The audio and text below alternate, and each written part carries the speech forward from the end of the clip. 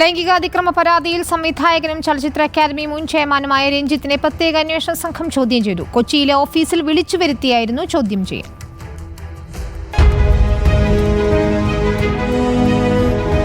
ലൈംഗികാതിക്രമ കേസിൽ സംവിധായകൻ രഞ്ജിത്ത് പ്രത്യേക അന്വേഷണ സംഘത്തിന് മുന്നിൽ ഹാജരായി.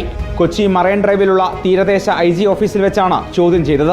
AIG പൂങ്കുഴലിയുടെ നേതൃത്വത്തിലായിരുന്നു ചോദ്യം ചെയ്യൽ. SITയിലെ DYSPമാർ ഉൾപ്പെടെയുള്ളവരും പങ്കെടുത്തു. ചോദ്യം ചെയ്യൽ 3 മണിക്കൂറോളം നീണ്ടു. എന്നാൽ മാധ്യമങ്ങളോട് പ്രതികരിക്കാൻ രഞ്ജിത്ത് തയ്യാറായില്ല.